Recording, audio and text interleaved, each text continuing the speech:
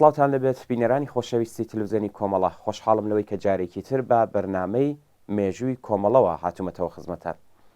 ئازیزان، هەروە خۆشتان ئاگادارن وردەوردە لە ساڵیادی شەڕی 24 ڕۆژەی شاری سنا نزیک دەبینەوە. ئێمەش بە پێویستمان زانی جارێکی تر ئەم مێژووە پڕ لە شانازیە پێکەوە هەڵی دەینەوە و بیخینەوە بەرچاو کە هیوادارین تا کۆتایی بتوانن لەگەڵمان بن و باسەکەشمان لەسەر شەڕی 24 ڕۆژەی شاری سنە دەبێت. فەرمون بۆ بینی.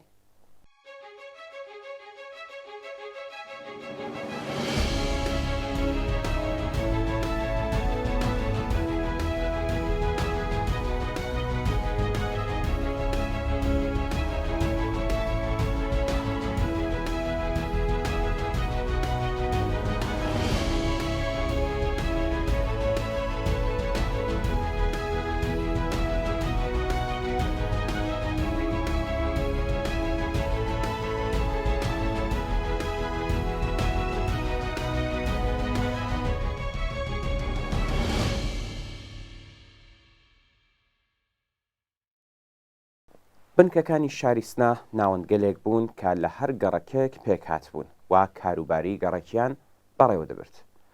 کۆمەڵە لایەنگران و هەڵسوڕاوانی خۆی هاندا لە پێکهێنان و لە پەرەپێدانیان کە چالاکانە دەور ببینن.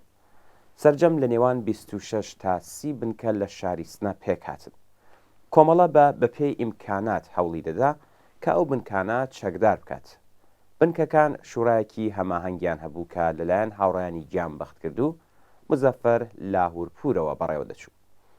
هەرکام لە حیزبە سیاسیەکان نێونەرێکیان دەنارد بۆ بەشداری لە کۆبوونەوەکانی ئەو شوڕایە. بنکەکان کتێبخانە و کۆبوونەوەی بەحس و ئاڵوگۆڕکردنی بیرۆڕایان هەبوو. نێو بەنێو داوایان لە یەکێک لە بەرپرسانی کۆمەڵە دەکرد کە لە گەڕەکەکەیان لە کۆبوونەوەی گشتیدا بەشداری بکات و وەڵامی پرسیاری خەڵک بداتەوە. بنکەکان لە دابینکردنی ئەمنیەتی شاردا دەوری سەرەکیان هەبوو. هێندێک کاری کۆمەڵایەتی تایبەتیش لە بنکەکان بەڕێوە دەچوو. بۆ نمونە لە بنکەی گەڕەکی ئاغازەمان ناوەندێک بۆ تەرکی ئەتیات پێکات بوو.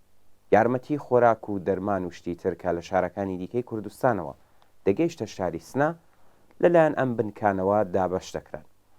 ئەم بنکانە لە کاتی هێرشی دووهەمی کۆماری ئیسلامی بۆ سەر شاری سناکە لە ڕۆژی 1 گوڵانی 1358 هەتاوی دەستی پێکرد و بۆ ماوەی 24 ڕۆژ درێژەی هەبوو دەورێکی گەلێک گرنگیان هەبووە.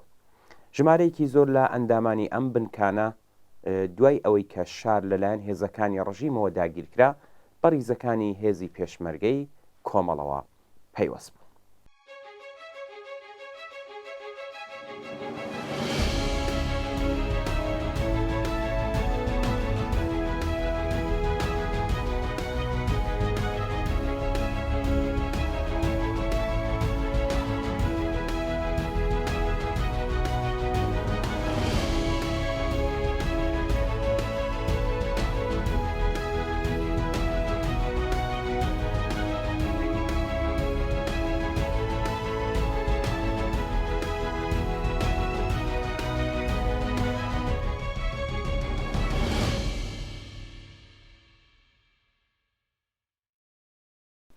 با لێرەدا باس لە شەڕی 24 ڕۆژەکە بکەین. شەڕی 24 ڕۆژەی شاری سنا دیمەنێکی تۆمارکراوی مقاومەتێکی عادڵانەیە کە چۆتە ناو مێژووی خەباتی کوردستانەوە. لەگەڵ دووهەم هێرشی ڕژیمی تازە بەدەسەڵات گەیشتووی ئیسلامی هەموو شارەکانی کوردستان بوون بە ناوەندی مقاومەتی جەماوەری و پێشمەرگانە و لە جەریانی ئەو مقاومەتەدا بەدەیان حماسەی شکۆدار لە سەقز و بانە و بۆکان و مەهابات و باقی شارەکانی کوردستان خۆڵقاون. یەکێک لە دیمەنە بەناوبانگەکان مەقاومەتی شاریسنە بوو کە کۆمەڵە دەوری سەرەکی تێدابینی. ڕۆژی دوی خاکەلێوەی ساڵی 1359 دەستگای جەنگی و سەرکوتی کۆماری ئیسلامی هێرشی کردە سەر خەڵکی شاری سنە و بە هەموو جۆرە چەکێک لە زەوی و ئاسمانەوە بارانی ئاگر و ئاسنی بەسەر خەڵکی ئەو شارەدا باران. ئەم هێرشە سەرەتای شەڕێک بوو کە 24 ڕۆژی خایەن کە لە مێژووی بزوتنەوەی شۆڕشگەڕانەی خەڵکی کووردا بە شەڕی 24 ڕۆژە ناسراوە. بە شوێن دەوری یەکەمی بزوتنەوە و پاش تێکشکانی ستونی تەیاری ڕژیم لە دارساوێن بەدەست پێشمەرگەکانی کۆمەڵە کە سەرەتای تێکشکانی هێرش و پەلاماری ڕەندانەی ڕژیم بۆ سەر کۆمەڵانی خەڵکی ئازادی خوازی کوردستان بوو، کۆماری ئیسلامی بە ناردنی هەیئەتی جۆراوجۆر ئاگربەستێکی ڕاگەیاند و بەپێی ئەو ئاگربەسە هێزە سەرکوتگەرەکانی ڕژیم کشانەوە نێو پادگانەکان. وا جارێکی تر بە داوای ڕاپەڕینی ساڵی 1357 ببورن بە دوای ڕاپەڕینی ساڵی 1350دا شار کەوتە دەست خەڵک و هێزی پێشمەرگە پاراستن و ئەمنیەتی شار و ناوچەکانی کوردستانیان گرتە ئەسۆ. لە ماوەی نزیک بە 5 مانگ لە کشانەوەی هێزەکانی ڕژیم پۆل لە کوچ و کوڕ و ژن و پیا و لە سەرانسەری ئێرانەوە دیسانەوە ڕویان لەم ناوچەیە کردەوە و بەم شێوەیە مەودا و ئیمکاناتێک بۆ دیالۆگ و گۆڕینەوەی بیر و ڕاو بۆ ئاشنابوون لەگەڵ خواست و ئارزوەکانی یەکتر فراهەم بوو. لە ماوەی ئەم چەند مانگەدا دیسانەوە و ئەم جار سازمان دراوتر و بە تەجروبەتر دام و دەستگاکانی بەڕێوەبەری ژیانی ڕۆژانەی خەڵکو و ڕێکخراوە سنفی و پیشەییەکان هەر لە بنکە گەورەکانەوە بگرە تا شوڕاکرێکاریەکان و تا شۆڕای سنف و پیشە جۆراوجۆرەکان سازکران و ئەرکی بەڕێوەبردن و ئیدارەی شار و وندەکانیان بەدەستەوە گرت. ئەم وەزعە ببووە هۆی نیگەرانی قۆڵی کاربەدەستانی ڕژیم ئیسلامی کە بە ئاشکرا دیار بوو کە چی دێ پێی تەحموڵ ناکرێت. هەر لە ئاخرین ڕۆژەکانی ساڵی 1958ەوە بیان و هێنانەوە و شەڕفرۆشتنەکانی ڕژیم دەستی پێکرد. لەو ماوەیدا ڕژیم بەردەوام خەریکی تیارکردنەوەی پادگان و باقی هێزەکان بوو. بە بیانووی مەترسی هێرشی عێراق لە هەوڵی ناردنی هێزی فراوانتر بۆ پادگانەکان و ناوچەکانی کوردستان بوو. ئیتر کەس شکی لەوەدا نەمابوو کە ڕژیم جارێکی تر هێرش دەکاتە سەر کوردستان و شەڕێکی سەرکوتگەرانە و نەخوازرا و بەسەر خەڵکی هەقواز و تینووی ئازادی ئەم ناوچەیەدا دەسەپێنێ. لەگەڵ ئەمە لە باقی شوێنەکانی ئێرانیش ڕژیم بەرەبەرە دەستیدا بووە زەبر و زەنگ نواندن و سەرکوتی بزوتنەوە جۆراوجۆرەکان. هێرشکردنە سەر ڕێکخراوە کرێکاریەکان لە کارخانەکان، پەلامار بۆ سەر ڕێکخراوەکانی ژنان و بۆ سەر هەڵسوڕاوانی ئەو مەیدانە. هێرش بۆ سەر زانستگاکان لە سەرانسەری ئێران بە تایبەت زانکۆی تاران و گەلێک گەڵاڵە و پیلانی تری لەو چەشنە. هەموو ئاڵلقەیەک بوون ئەمانە لە زنجیرە گەڵاڵەکراوەکانی ڕژیمی جمهوری ئیسلامی بۆ سەرکوتی پاشماوەکانی شۆڕشی ئێران. سەرنجام ڕۆژی دوی خاکەلێوەی 1359 ڕژیم لە دژی گەڵاڵەی سەرکوتگەرانەی خۆیدا دەستی دایە گول لە بارانکردنی خەڵکی شاری سنە و شەڕێکی نەخوازرا و کۆنەپەرستانەی بەسەر خەڵکی ئەو شارە و بەسەر هەموو کوردستاندا سەپان. شەڕی 24 ڕۆژەی شاری سنە شانۆی خۆڕاگری جەماوەری خەڵکی وەگیان هاتوو لە ستەم و بێمافی بوو. شانۆی نواندنی ئاستی یەکگرتووی و هاوپشتی کۆمەڵانی تینووی ئازادی و یەکسانی بوو.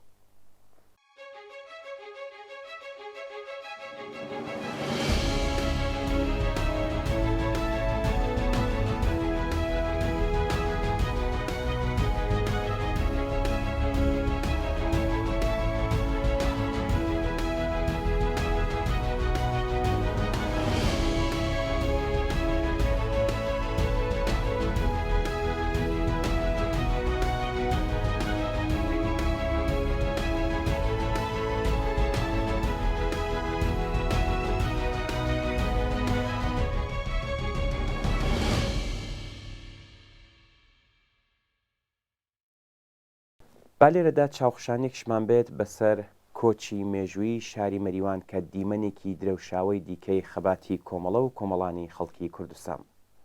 ڕژیمی تازە بەدەسەڵات گەیشتووی ئیسلامی بە دوای هاتنە سەرکار و پاش وەڕێخستنی شەڕی نەورۆزی خوێناوی لە سنە بەردەوام بە بیانووی دەستپێکردنی شەڕێکی هەمەلایەنە و هێرش بۆ سەر کوردستان بوو.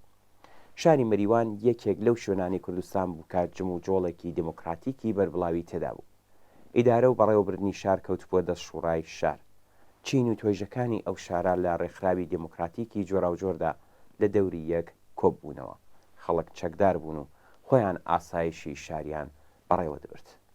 لەوەها بارودۆخێکدا بوو کە دەوڵەت بوونی خەڵکی چەکداری لە نێو شاری مەریوان کردبووە بیان و پەیتا پەیتا بەهێنانی هێزی تایبەت و چەک و چۆڵی زۆر دەستی کردبوو بە تیارکردن و ئامادەکردنی پادگانی مەریوان بۆ هێرشکردنە سەر ئەو شارە. فەرماندەی پایەگا بەردەوام هەڕەشەی دەکرد. کۆمەڵێک لە کۆنەپەرستانی منتەقە و ژمارەیەک لە چەکدار کە لە شارەکانی دیکەوە هێنابوونیە لە ڕێکخراوەکەدا بە ناوی پاسدارانی شۆڕشی ئیسلامی لە مەریوان ڕێقس بوو کە لە ناو شاردا بنکەی بۆ دانابوو. ئەم چەکدارانە بەردەوام بە دەوروبەری خۆیاندا بەبێ ئامانج تەقان دەکرد و ئاسایشیان لە خەڵک هەڵگرت بوو. خەڵک لەم بارودۆخە ناڕازی بوون و بۆ چارەسەرکردنی لەگەڵ نێونەرانی ئەرتەش لە پادگان خەریکی گفتوگو بوون. سەرنجام لە یەکێک لە دانیشتنەکانی نێونەرانی خەڵک لەگەڵ فەرماندەی پادگان کاتێک فەرماندەی پادگان ملی بە پێشنیارەکانی نێونەرانی خەڵک نەدا، دەستەی نێونەرایەتی خەڵک لەو توێژانەدا بڕیاریاندا کە بۆ پوچەڵکردنەوەی پیلانی ڕژیم و پێشگرتن بە کوشتاری خەڵک شارچۆڵ بکەن.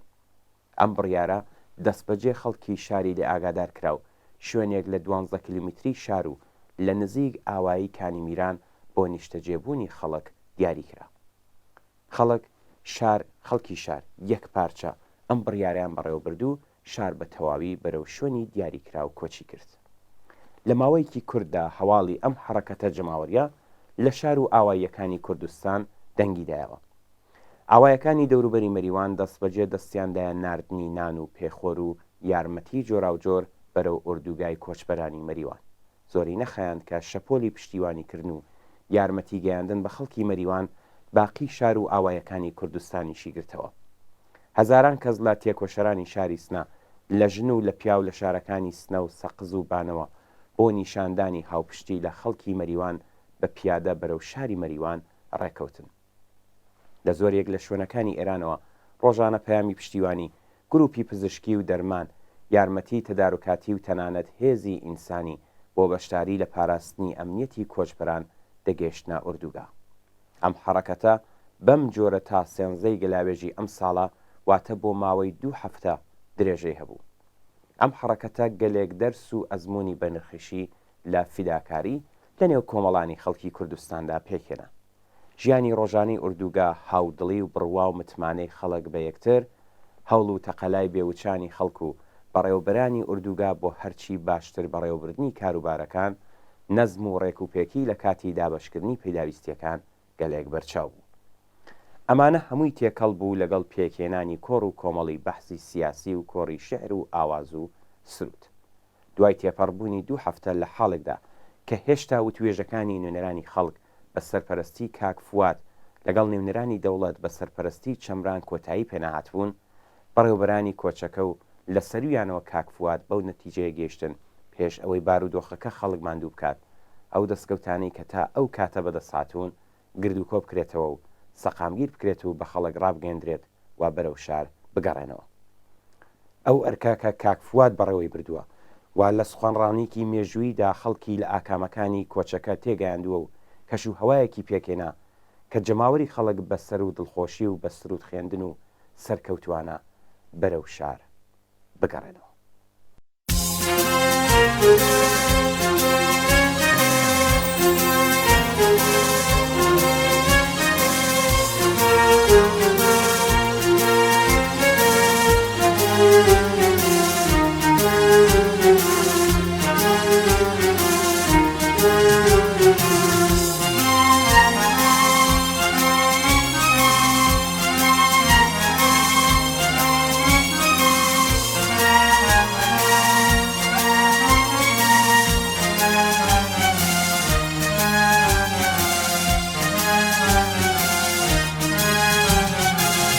خیابان خروش آوا هستا و زندو خیابان خروش آوا هستا و زندو زدم دستولاش پیکر و رمزی استندجی کویلتی خیابان سنگر خیابان سنگر شری خیت فنگو سری پر لأندش شری خیت فنگو سری پر لأندش بازار شکومش و دیلم بازار و شکومش و دیلم خیابان چه سخت و چه بردین دل بود خیابان چه سخت و چه بردین دل بود صدن پس چماوا صدن پس چماوا صدن پس چماوا صدن پس چماوا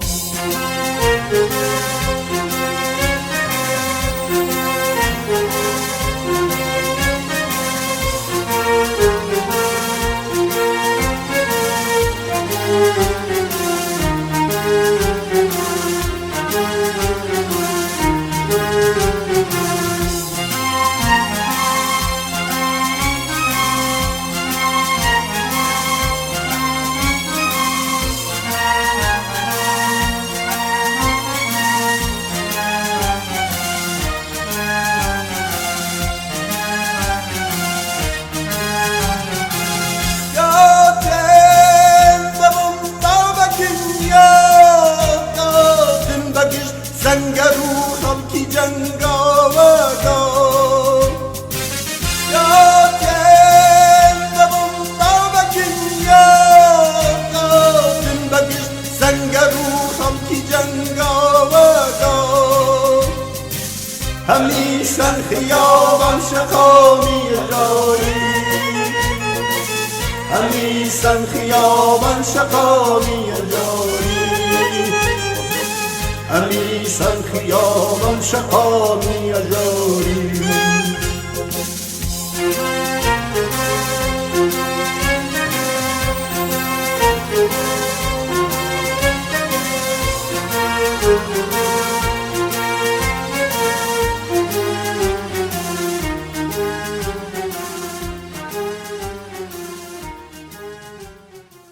بەڵێ بینەرانی ئازیز بەم جۆرەش گەشتینە بەشێکی تر لە مێژووی خەباتی کۆمەڵە و خەڵکی کوردستان.